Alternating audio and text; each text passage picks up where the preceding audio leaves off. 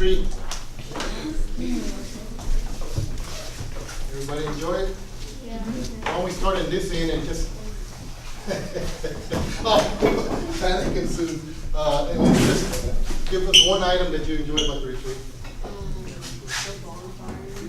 The bonfire. We didn't get one of those. It's good. You didn't go? The games. Okay. Free time. Okay. Like prayer stations. Prayer stations. Oh, good. We got good ones.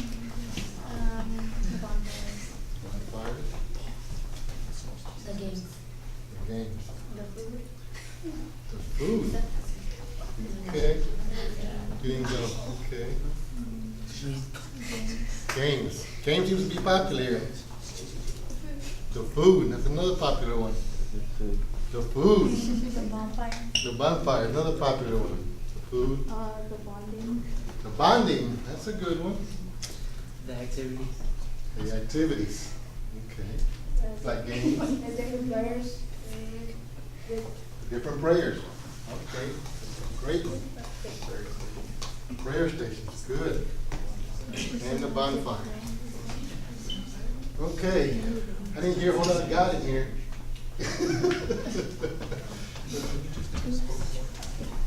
we try to go to retreat to have fun, but we also want to, try to relate, get a little closer to God. So I was kind of hoping to hear a little more of that.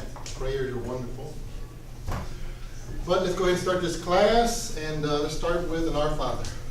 Our Father, who art in heaven, hallowed be thy name. Thy kingdom come, thy will be done, on earth as it is in heaven.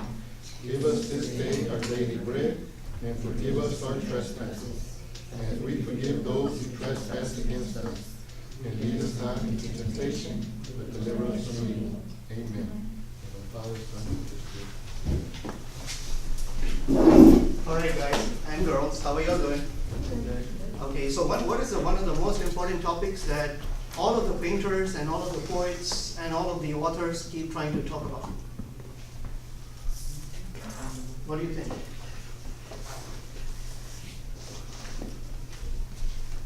Love. Love. What is one of the most important things for each and every one of us? We are trying to find it, seek it. We want to live that fairy tale story where we find the love of our dreams. We all want that Cinderella story to happen to us, whether from a girl's side or a boy's side. It's all about love, isn't it? Can we quantify love? Can love be defined? Can it be quantified? And if I ask you, what is love? What is love? What would love? If I ask you, Kayla, what is love? What would it be to you? No longer think of yourself first. Very good answer. Okay, how about you, Tommy? You don't know what love is? It is different things to different people. So there's no correct answer, there's no right answer, there's no wrong answer. So what do you think love is? Relationship between two people. When you what? When you care about somebody.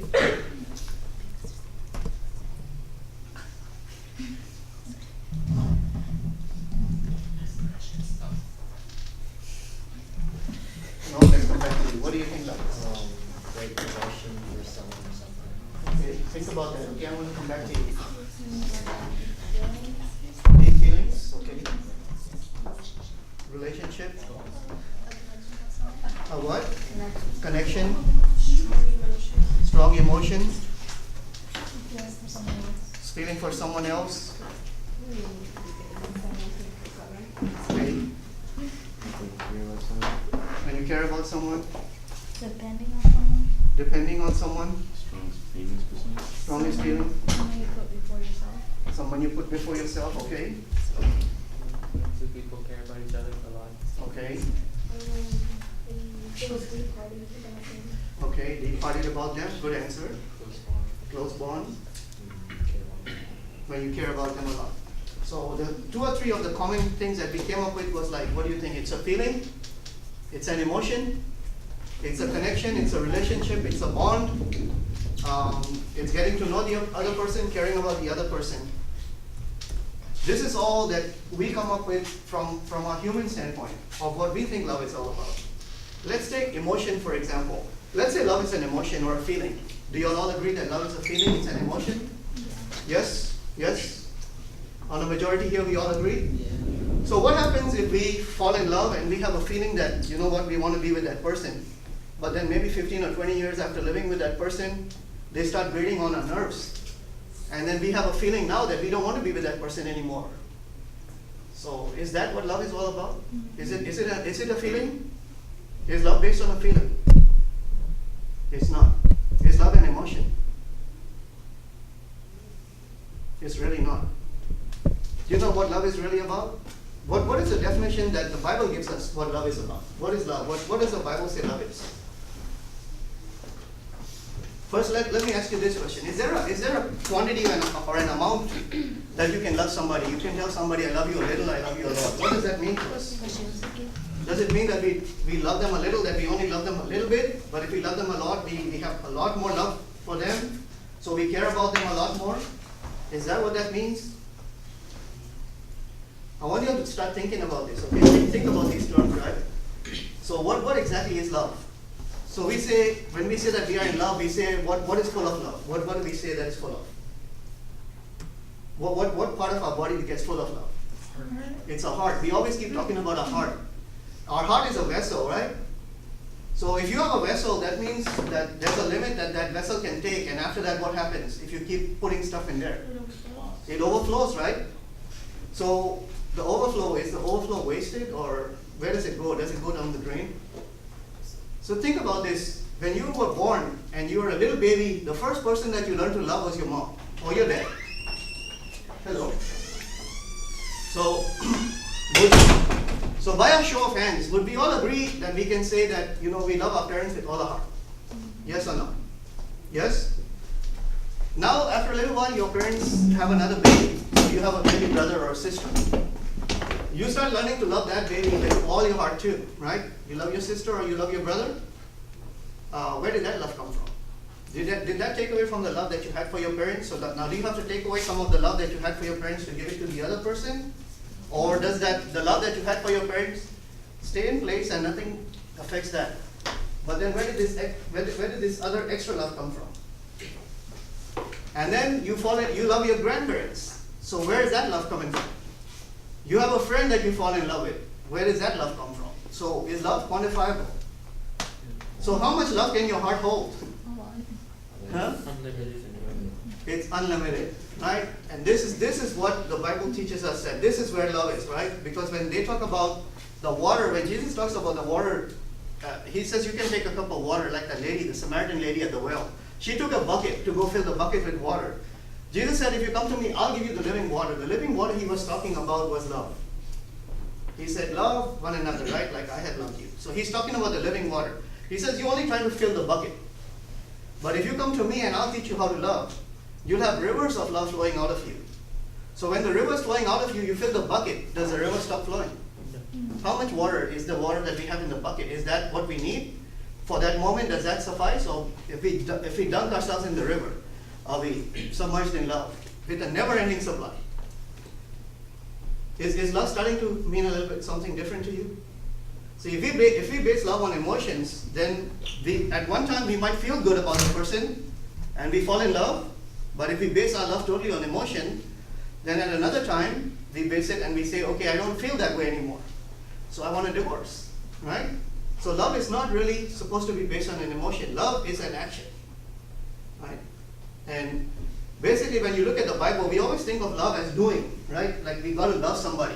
So when you say you love somebody, when we study grammar in school, what is a verb? A verb is something that we do, right? It's a doing word. That's what they call it, a doing word, an action word. Something that a person does.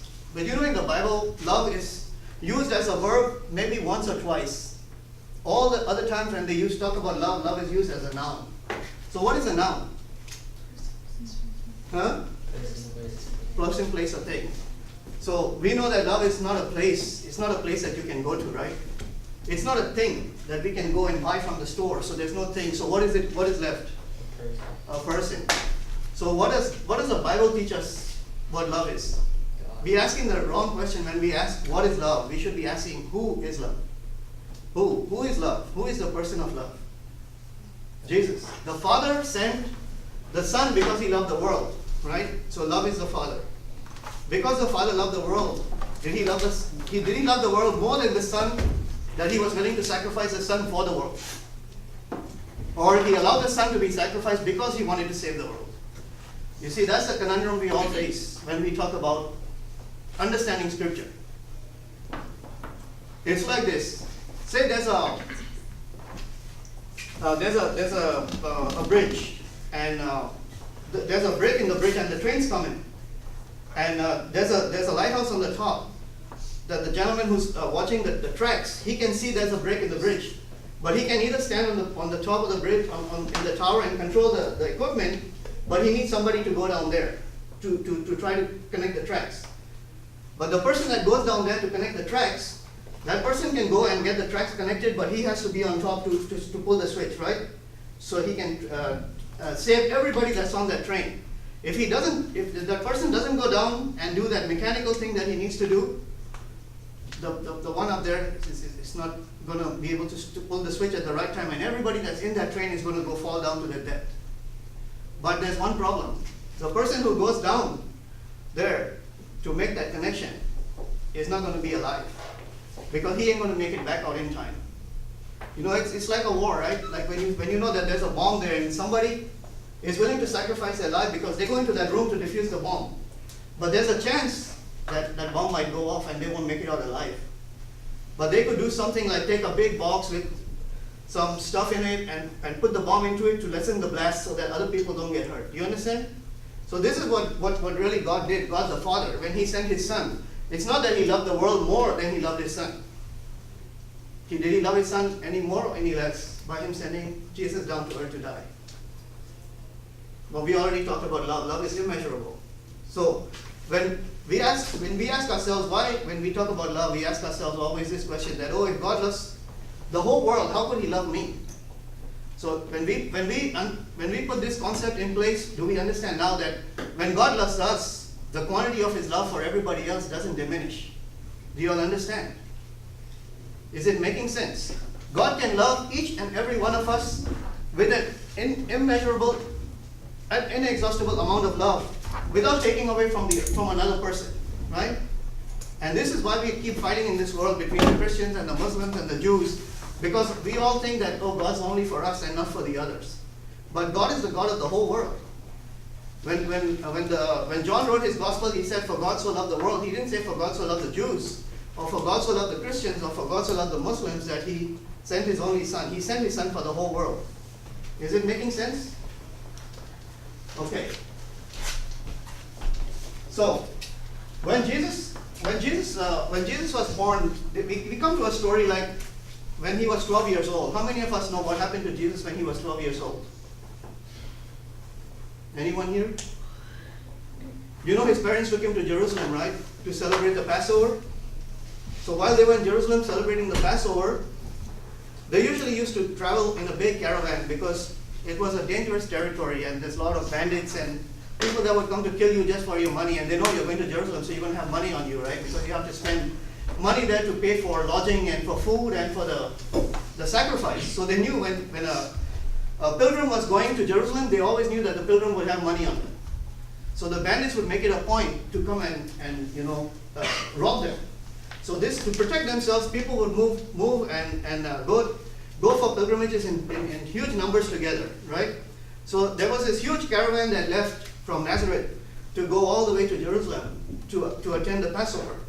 And while they were in Jerusalem attending the Passover, after they had finished the sacrifice and they were returning home, Mary, the mother, she thought that Jesus was with the Father, and Joseph thought that Jesus was with the mom. And they had a whole bunch of relatives, and they all thought that Jesus was with one of the other relatives. And they all started the journey back. So they had come a day and a half journey out of Jerusalem, going back to Nazareth. And then Mary and Joseph met, and they asked, Mary asked Joseph, where's Jesus? And Joseph says, oh, I thought He was with you. And Mary said, no, I thought He was with you. And Mary goes, oh my God, we lost God. Right? We lost God. So, what did they decide? Did Mary turn around to Joseph and say, oh, you know what, it's all your fault? She didn't say that. Did Joseph turn around to Mary and accuse Mary and say, it's all your fault that we lost Jesus? Did she say that? No. You know who they blamed? Who did the parents blame? Did Joseph say anything? Ever? Joseph doesn't say anything. He's a very silent man in the Bible. But Mary was the one who speaks, right? And what did Mary say to Jesus? She accused him. She said that, don't you know that your father and I were worried about you? Where were you? So it took them 1.5 days journey out of Nazareth, another day's journey back, and then another half day searching for him, and finally they find him in the temple. And he turns around and he tells his mom, why were you looking for me? I was not lost. Don't you know where I'd be? I would be in my father's house. I mean, that's obvious, right, to him. Because he's 12 years old and he's a child. Where would a child be? In his daddy's house. If you leave school and you go home, where are you going to go? You're going to go home because that's your daddy's house. And to Jesus, that was a natural progression of thought. He didn't even think that he was causing hurt or offense to his mom and dad, right? But remember, we go back to Genesis, right? When Adam and Eve ate the apple, not the apple, but the fruit. I need to stop saying apple because the Bible doesn't say apple. It says they ate the fruit. So when they ate the fruit and God came to them, right? And God asked them, Adam, why did you eat? Well, who did he ask first? He asked Adam, why did you eat the fruit? What did Adam say? He blamed Eve, right? But then who else did he blame? Think. Come on, who else did Adam blame? You know what Adam said? Adam said, the woman that you gave me. Who gave him the woman? So the woman that you gave me, she gave me to eat and I ate. So who's at fault? It's God at fault, because if God hadn't given the woman to eat to Adam, he wouldn't have sinned. That's what he was trying to say, right? So he's blaming God and he's blaming the woman. So how many people got accused? Or how many people in that story? First of all, let's see how many people in that story. 3? Think again. Yeah, I know. We would say how many persons, not people. How many persons or how many characters in the story? 4. So who all do we have? God, of course. Who else? Adam, Eve, and the snake. All right. So God is already going to take care of the snake, right? By his death on the cross. We know that, right? So the snake's out of the picture. So when God asked Adam, Adam blamed Eve, and Adam blamed God. When God turned to Eve and asked Eve, why did you eat? Who did she blame? The snake. She blamed the snake, right? Did God even question the snake? And did he ask him, why did you do that? What did God do with the snake? He just passed sentence, right? Because the snake was guilty. There's no ands, ifs, and buts about it. The snake is guilty, he gets punished. There's no reason to ask him, why did you do it? So the snake's out of the picture because Jesus is going to die on the cross for the snake, right? Then what did God do in the Garden of Eden? He took a lamb and he killed the lamb, because it said that Adam and Eve made clothes out of what? Out of what? Out of what did Adam and Eve make clothes out of? They made the Bible tells us they made clothes out of leaves, right? Okay, so they make clothes out of leaves. Why did they make clothes out of leaves? Why? Because they realized they were naked. So they know now they have something to hide, right? Or something in them is exposed and they have something to hide, so they have to hide. So they hide by taking leaves and covering up with leaves. But what's the problem with leaves? Leaves die. They are not very sturdy. They're not a good covering. And most of the Bible scholars tell you that it was that they took fig leaves. How do we know that it was fig leaves? Because are we assuming too much into the Bible? There's a reason why Bible scholars say that they use fig leaves. You know why? Because a fig tree was the only tree that Jesus cursed while he was on earth. Do you know that? When Jesus was on earth, he blessed everything. The only one thing that Jesus cursed was a fig tree. Because it says that one day when he was traveling to Jerusalem, he stopped at the fig tree, and the tree looked like it had fruit on it, but when he went close, there was no fruit to eat. And he cursed the tree, and then the next day when the disciples were coming back the same way, they saw that the tree had shriveled and died up. Remember? Yes? No? Okay, so it was that's why the Bible scholars say that it was a fig tree. One of the things about the fig tree is that the leaves are very, very scratchy and very itchy. So when you try to cover yourselves up with those leaves, it's not a good protection, because instead of trying to protect you, it's going to cause you like a scratchy itch all over your body. And it's going to cause you even more harm. You know, even though God was so mad or upset, not mad, but upset, because Adam and Eve had disobeyed him, but guess what? Even in his judgment, there was still mercy and grace, because he took a lamb and he killed a lamb, and he showed them that there had to be sacrifice. Blood had to be shed for the forgiveness of sins, right? There had to be a shedding of blood. So he killed the lamb, he skinned the lamb, and he took the lamb's wool and he covered them with that, and then he sent them out into the world. So now when the thorns and the rough stuff from the ground probably put some fur on their legs too, so they wouldn't hurt their feet, and the thorns wouldn't poke them, because they would have some kind of protection on their parts, right? So look at when we come to the story of Jesus in the temple, when Jesus gets lost. So does God come there and question Mary and ask her, who are you blaming? Who did they blame? In the temple, who did Mary blame? Jesus. She blamed Jesus. Who is Jesus? He's God. So the snake is not there in the picture, right? Because Jesus is going to die on the cross and the snake's taken care of. The mother, did she blame the father? No. She didn't try to blame the father. You see the difference in the story of Genesis and this story? Because this was also a test. They also lost God. Just like Adam and Eve lost God. How did Adam and Eve lose God in the garden? By sin, by disobedience. But here it was Jesus disobedient to his parents by being in his father's house? No, he wasn't. He wasn't disobedient. It was the same as when we talk about the Pharisees and the Sadducees and all the teachers of the law kept coming to Jesus and accusing him, you are breaking the law. And they kept telling him, you are breaking the law because you're not keeping the Sabbath. But you know that the Sabbath, even though it was established by God, but they took the Sabbath to such an extreme that they turned God's law into something. That's why Jesus said the Sabbath was made for man. It was not the other way around. Man was not made to fit the Sabbath. The Sabbath was made for the pleasure of man. It was made for us so that we would have a day of rest. Right? God was taking care of us in everything.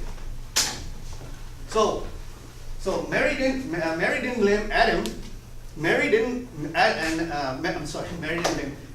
blame Joseph, okay? Because Mary is representing Eve and Joseph is representing Adam.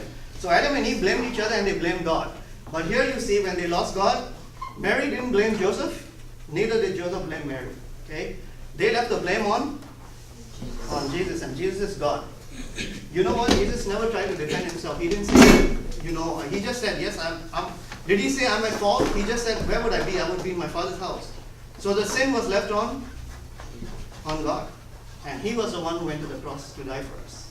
Do you see that? So because he died on the cross, he's able to take the righteousness of his robe and put it on us now. Is it making sense? So, wait, one more time. We talked once before about this, and I want to repeat this. Okay? So why did Jesus come to earth? When in the Old Testament, we always talk about God as God the Father, right? And it's always judgment there. Judgment, judgment, judgment. Why? Because when God gave the Israelites the law, it was more of a contract, not a covenant, right? Because it was more of a contract, because God said, if you do this, I will do this, I will bless you, but if you do this, you're going to bring curses on yourself. So it was more like a contract, right? So they all the Jews and all the people from the Old Testament times, they looked at God like an old man with white hair, a long beard, and that's how they pictured God. And they pictured him like that. Why? Because they pictured God as a judge. Okay, so I'm going to explain to you why we had that picture of a white man with long white flowing robes and a long beard. Because when the Israelites became judges, that's how they looked. Okay, so when the judges for the Israel, when you go to the court and you see a judge, it's mainly an older person, right? Not a young 20 or 25-year-old, because you have to be practicing law for a certain amount of time before you actually understand the law to where they'll put you in charge to judge cases. So mostly when you go to court, you always see a judge as an elderly person, like over 45 or 50. And that's where that impression started coming into our minds, right? Of a long flowing robe and long white hair and long beard. Okay, y'all understand? So, any of y'all go to a friend's house and they have a gate and you go and press the bell and all of a sudden a big dog like a Rottweiler or an Alsatian runs up to the gate and starts really thunderously barking. Oh, and you're just standing at the gate and you don't expect that. What is the first feeling that comes in your mind, in your heart or in your mind? What do you feel? Fear. And what do? You want to step back, right? Because you're afraid. And this is what the Old Testament impression of God was. They were expecting God to be like a big ferocious dog that was going to come jump on them and bite them and punish them for their sins. So they always would step back in fear. And when they talked about God, they never talked about love. They always said the fear of the Lord is the beginning of wisdom. The fear of the Lord is the beginning of everything. They had to fear the Lord, right? Now just suppose you go back to that same house where you rang the bell and that big dog came jumping out at you. Supposing you ring the bell now, and instead of that big dog, a little puppy rolls around. What would you want to do with that puppy now? Grab it. Why? Why? What would you want to do with that puppy? You grab it. Okay, so you grab it. What do you want to do now? Huh? What? What would you want to do? Hug it. Hug it, right? Why? Pet it. Because it's cute and it's cuddly, right? It's not threatening. It's not threatening. So Jesus came to earth. He wrapped himself in flesh. He came in the most non-threatening way possible. He came like a little baby. When you go to your friend's house and her sister or mother or cousin or aunt or something has had a baby, and you go in the house, what is the first thing you say? You know what? Even though you could be an old man of 60 or 80 or 55 like I am, when you see the baby, how do we all become like little children, right? We stop acting like adults and we pick up the baby and go, ooh, kuchiku, la, la, la, la, la. And you try to make the baby laugh. How do we start behaving like that? You know when Jesus said, hey, you got to become like little children, right? That's what Jesus meant. When you see him as a baby, you want to pick him up and you become like a little child with the baby. And you're doing all kinds of funny stuff and making faces and trying to make the baby laugh. You know, that's that love what Jesus was talking about. Is it coming through? Yes? Is it starting to make a little sense? So, what we got to do, we got to take some of the time we forget we think of God as such a reverend, such a far person that we can't touch him. Yeah, that's true. We can touch God. But you know what? God can touch us. We can never reach heaven. We can never jump that high. That on our own, that we could ever try to jump and reach the sky and touch God where he is. But he can reach down and he can touch us. No matter where we are. We think God's arms are not long enough. It's long enough to reach the deepest depth of the ocean, the highest mountain. That's why David said in the Psalms, where can I run? Where can I run on this earth from you? If I run to the furthest part of the ocean, you can find me there. If I run to the depths of the sea, you can find me there. There's nowhere I can run from you. Is it making sense, guys? So this is the reason why we saw God the Father, right? And we understand why we thought of him in that fearful way. Did it make a little sense to you? Why we thought of God always with reverence and fear? But you know, God has got the most funny sense of humor. He created us, he created man with a sense of humor. So we got a sense of humor. Who would have to have a sense of humor? It would be God. Think about it. If you join the Knights of Columbus, right? What is one of the first things that they give you as an or if you join any organization, what's one of the first things that they do?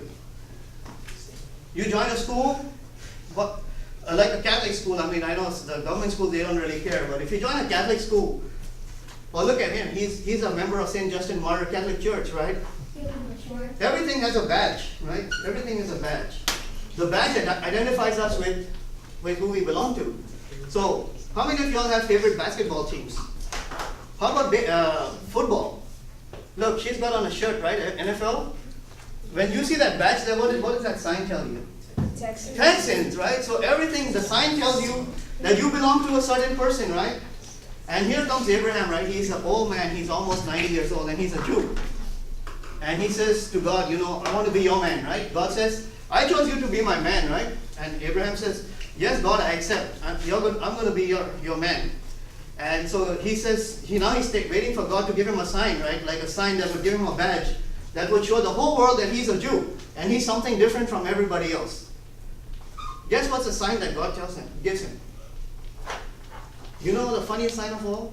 God tells him to take his penis and put it on the block and shove it out. Think about it. God tells him, circumcise yourself. And Abraham is going like, what? I'm 90.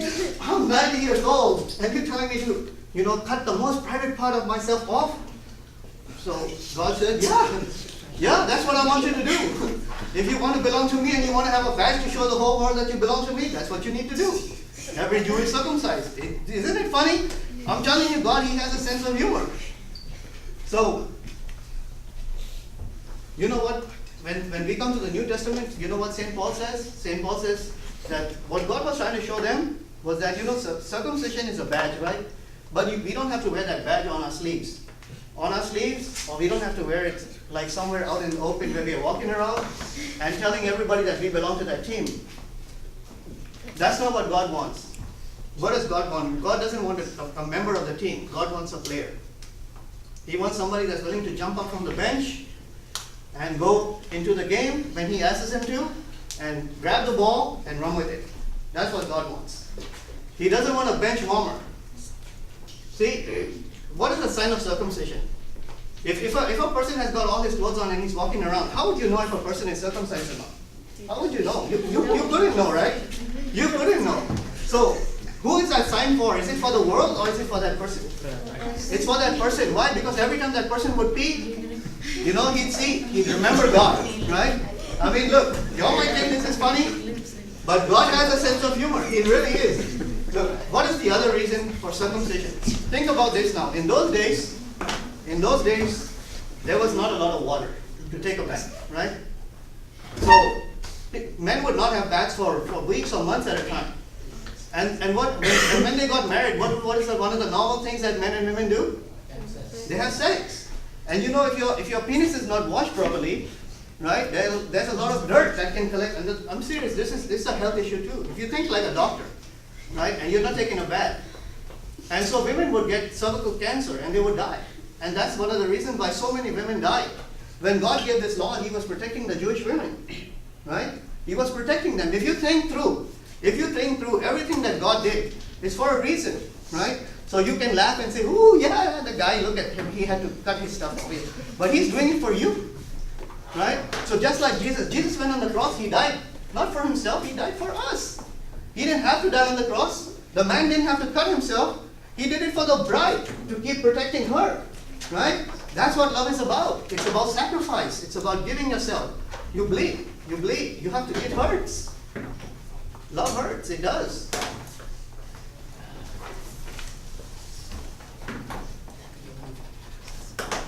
Look, let me ask you a question. God is in heaven, right? And God is, His mind is so huge and so big, it's like a chemistry professor that's done a triple PhD. And if he comes down to earth and he's trying to teach us how chemicals react, and he starts giving us all these formulas and stuff, would any human understand on earth? No. They wouldn't. How do we understand? The only way God can make us understand because of our limited capacity. God has to teach us heavenly truths using things in the material world. Okay? And that's the only way He can do it, by giving us pictures. And He teaches us spiritual truths about heaven using material stuff on earth. Which again, like when you all were at the retreat, and I was talking about the love of the Father, then loving like a brother, then loving like a friend, and then lastly loving as a bride. Right? It doesn't mean that, okay, because when we get married, we are taking everything in worldly terms, right? And we talk about Jesus being the bridegroom and we are the bride. What happens after the marriage? We go into the room and have sex, right? The bride and groom. If we think of it in human terms, we are going to get lost. It's a spiritual truth. But what God is saying is that when the husband and the wife have sex and they come together, it's no longer two people. It becomes one flesh, right? There's no closer bond than that. There's not a closer bond than a father to a child. There's not a closer bond as a friend to a friend or a brother to a sister. But the husband and wife's bond is so close that it's like the two bodies become one, right? And that's what God wants from us. He's trying to show us that spiritual truth.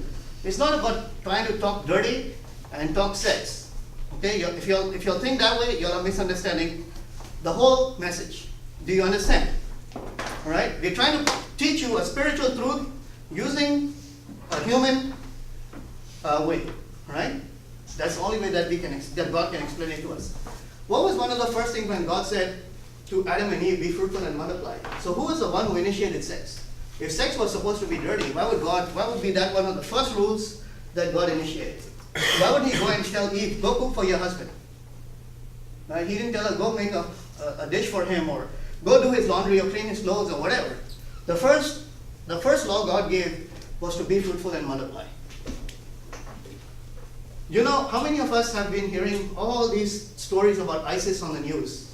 That they've been killing this and killing that. You know what part of the problem is? Why has ISIS become so powerful in the world? Who's to blame for it? Do you know who's to blame? We are. Who created ISIS? We did. We said, okay, let me ask him a question. Because he's looking like kind of confused. Let me ask you a question. Supposing you are not living in America, okay? You're living in a place like Syria.